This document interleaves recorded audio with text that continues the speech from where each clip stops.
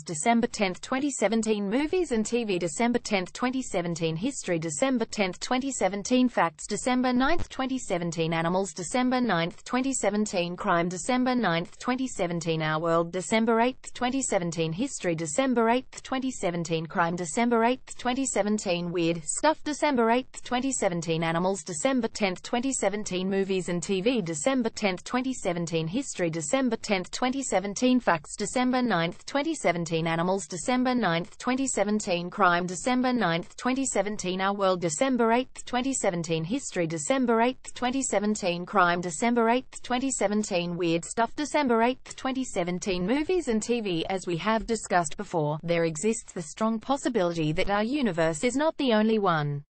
Indeed, many very smart people believe that there are infinite parallel universes which exist side by side with our own, ones which we cannot see or interact with but are nevertheless just as real. One of the strangest implications of this theory is that, if true, fictional universes aren't fictional at all, that there exists in physical reality worlds where our favorite characters are actually real and go about their lives. But what happens when we can't get their stories straight? Today's Hollywood, where reboots, remakes, and retellings are all par for the course, could be seriously screwing with the space-time continuum, changing some characters into totally different people, altering the dynamics of entire worlds in weird ways, or even bringing whole world lines crashing down on a whim. Note the views expressed are purely speculation on the part of the author, who has no first-hand knowledge of such things and is absolutely not from another reality. 10. Michael Myers is at least three totally different entities. Photo credit Compass International. We all know Michael Myers, the mute, Shatner-faced killing machine first brought to life in John Carpenter's 1978 masterpiece Halloween.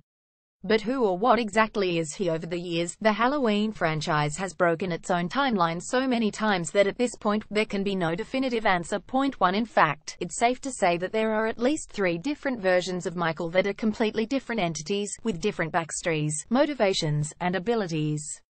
Carpenter has stated that there were never supposed to be any sequels to the first film and that he had envisioned Michael as simply pure evil, a terrifying blank slate famously referred to in the credits only as the shape with no motivation beyond pure carnage. But the film's success mandated a sequel, which created the first alternate Michael, one driven by an urge to kill protagonist Laurie Strode, revealed to be his sister in the film, and who is simply a garden variety of extremely durable psychopath. Michael quite clearly burns to death at the end of Halloween 2, but later sequels retconned his backstory yet again, making him the subject of an ancient druid curse and rendering him literally indestructible unless he is dispatched with a magical knife. These are obviously three different characters, but 1998's Halloween H2O 20 years later muddied the waters yet further, ignoring the whole druid curse thing and making Michael an ordinary psycho, although one who can apparently survive being incinerated once again. Is this really the same Michael we saw in Halloween 2? What about the Rob Zombie reboot series? As if all of this isn't confusing enough, Carpenter has said that next year's soft reboot will ignore all of this and function as a direct sequel to the original film, meaning that the whole idea of Laurie being Michael's sister may now be retconned away.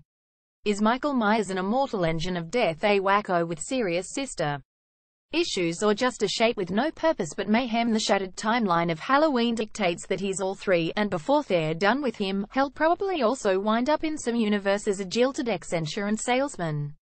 9. Two different versions of Spider-Man are the only heroes in their worlds. Photo credit Columbia Pictures, Marvel Entertainment. Marvel Comics has a multiverse all its own, with many different versions of its characters inhabiting many different world lines.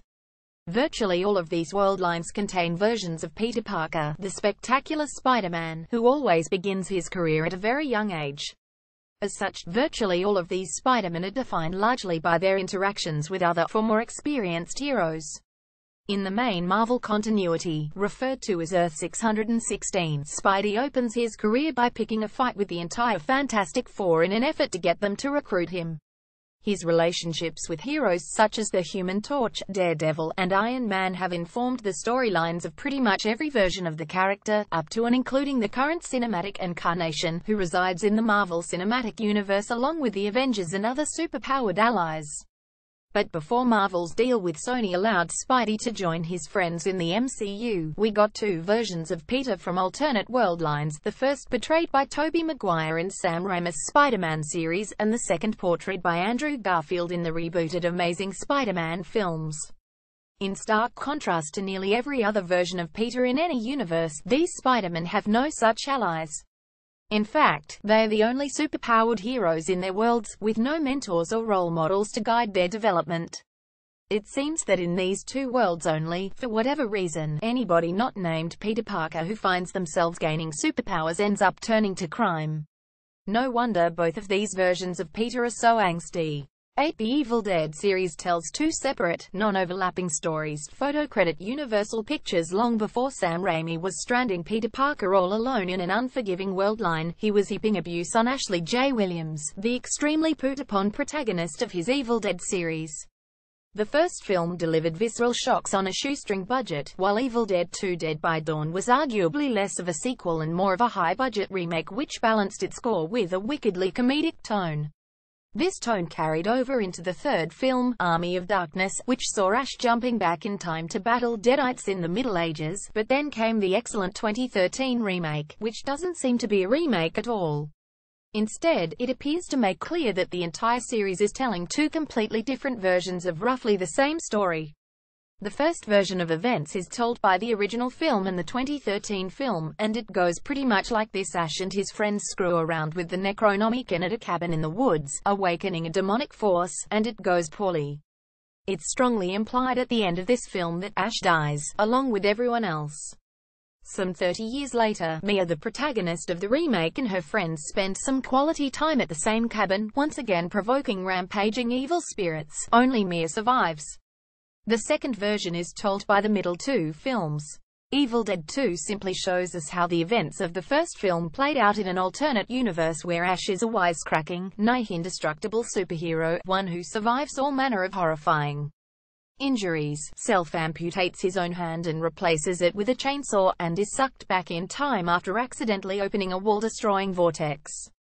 None of the crazier or more comedic elements from these films are even hinted at in the others. Perhaps Evil Dead 2 and Army of Darkness take place in a world line where everything plays out like slapstick comedy, even gut-wrenching violence. 7. Logan's meddling in Days of Future Past. Fixed Deadpool photo credit 20th Century Fox. Marvel Entertainment. The X-Men film series has, over 17 years and 10 films, developed an unbelievably muddled timeline. The series' tendency to jump back and forth between different time periods, not to mention its habit of including flashbacks and flash-forwards aplenty, has created the kind of continuity problems that already suggested multiple world lines jostling for control of the overarching narrative, but the problem was compounded severely by 2014's Days of Future Past, in which Wolverine goes back in time to change an important event that rearranges everything, creating a whole new timeline distinct from the one depicted thus far. 2. It can be inferred that the events of 2016's X-Men Apocalypse and 2017's Logan were a result of this meddling in the past, but among the many things Wolverine may have screwed up, he also appears to have fixed something. In X-Men Origins Wolverine, which takes place in the original, pre-Days of Future Past timeline, we are introduced to Wade Wilson, the mercenary comic fans know as Deadpool, in an iteration very different from, and way worse than, his comic book counterpart. The merc with a mouth ends up with said mouth sewn shut by the end of the film, and with the very un-Deadpool-like ability to absorb the powers of other mutants. While the character's fate is left ambiguous at the movie's end, fans would mercifully never see this version of the character again. Apparently, this is because Wolverine did something while mucking about in the past that changed Wade's entire backstory. The character returned to the X-Men series in 2016's Deadpool, without explanation, as the Wade Wilson we all know and love, mischievous, vulgar, fully aware that he is a fictional character, and with the full use of his stunningly profane mouth. The fact that both on-screen versions of Deadpool were played by Ryan Reynolds only cements the notion that they are different versions of the same guy and that the butterfly effect is no joke. 6. For two versions of Batman, superpowers don't exist. Photo credit Warner Brothers. In comic book canon and the films of the DC Extended Universe, much is made of the fact that Bruce Wayne, the Batman, stands alongside superpowered gods like Superman and Wonder Woman despite having no superpowers of his own. He makes up for his lack of powers with rigorous physical training, a vastly superior intellect, and unmatched tactical skills. More than one iteration of Batman has been shown to have a contingency plan for bringing down any superpowered being on his radar, including his own Justice League teammates, should the need arise. It's part and parcel of what makes Bats one of the greatest superheroes of all time, but for two of the most well-known versions of Bruce, it's a non-factor. The Batman depicted in Tim Burton's film series and in Christopher Nolan's reboot series apparently exist in worlds where there are no such thing as superpowers. There are certainly no other costumed heroes in their worlds, and the villains they encounter, the Riddler, Scarecrow, and two different versions of the Joker, are ordinary, if highly disturbed, men. It makes both of these versions of the Dark Knight seem less like superheroes and more like costume deviants, but we can be fairly certain that the Batman depicted in Burton's films is embraced as a hero, because his world's version of Hollywood keeps making movies about him. 2 Batman films are movies from a fictional universe. Photo credit Warner Brothers. It has been observed by fans and critics that the third and fourth entries in the original Batman film series, for which director Joel Schumacher took over from Burton, are quite different in tone and style from the previous ones. Batman Forever and Batman Robin began to veer away from Burton's dark, brooding color palette and gothic tone and ditched any semblance of realism in favor of cartoonish, physics-defying madness and batsuits with nipples, straying so far from what fans expected from the series that Schumacher eventually issued an earnest apology. But according to a virulent fan theory, it wasn't his fault. Unbeknownst to him, he was only faithfully recreating movies that were released in the universe Burton created, fictionalizing and sensationalizing the exploits of the real Batman. 3 The Schumacher film's candy-colored aesthetic actually fits in the context of movies designed to be escapism from Burton's dark, gothic world. Batman's execution of impossible feats like driving the Batmobile straight up a wall makes much more sense if you keep in mind that these are fictionalized versions of real events, and it even becomes clear why Bruce is portrayed by different actors in the later films. They're conventionally handsome actors, neither of whom look anything like the real Bruce Wayne, an awkward guy who looked like Michael Keaton. Revisiting Schumacher's films with this in mind not only makes them infinitely more watchable, but it makes Schumacher himself seem like a dimension-hopping wizard. 4 Spock saved the entire Enterprise crew from Khan. Twice. Photo credit Paramount Pictures. J.J. Abrams rebooted Star Trek series as one of the few film series to explicitly play with the idea of alternate world lines. In 2009's Star Trek, slightly different but familiar versions of the original Enterprise crew are introduced. It's made clear that we are watching an alternate timeline version of events when the original version of Mr. Spock, called Spock Prime, appears and is revealed to have caused a timeline split via time travel. But things get really strange in 2013's Star Trek Into Darkness, when the alternate timeline's Enterprise crew encounters their universe's version of Khan, a genetically engineered super soldier with a serious vendetta against Kirk. In 1982's Star Trek II The Wrath of Khan, Spock Prime, in his original world line, had gained first-hand experience with Khan's methods when the Madman had attempted to use a terraforming device to destroy a crippled Enterprise. Spock subsequently sacrificed himself by entering a radioactive engine core in order to repair it, enabling the Enterprise to escape. Of course, his death was only temporary. During the events of Into Darkness, circumstances forced the Enterprise crew into an alliance with their world's version of Khan against the mad Starfleet Admiral Marcus, an alliance which Spock Prime warns his younger self against, sharing his previous knowledge of Khan Prime's ruthless tactics. The younger Spock is able to use this knowledge, which, again, he only had because of a time-traveling version of himself from another world line, to anticipate Khan's eventual betrayal. Interestingly, in the version of events that follows, Kirk is the one who is forced to sacrifice himself by entering the radioactive engine core, which he also ultimately survives. 3 The Terminator series broke time. Photo credit Warner Brothers. Columbia. There's no delicate way to put this. The timeline of the Terminator series was screwed from the moment it became evident that Kyle Reese had traveled back in time to become the father of the guy who sent him, and the problems have only gotten worse with each subsequent film. All of the movies in the series feature time travelers being sent to different times to stop different time travelers from affecting future events, leading to an insanely convoluted mess that requires a flowchart to explain for and must comprise dozens of different world lines tenuously stacked on top of each other like a house of really weird cards. But there's only one thing that can happen to a house of cards, and apparently, it did.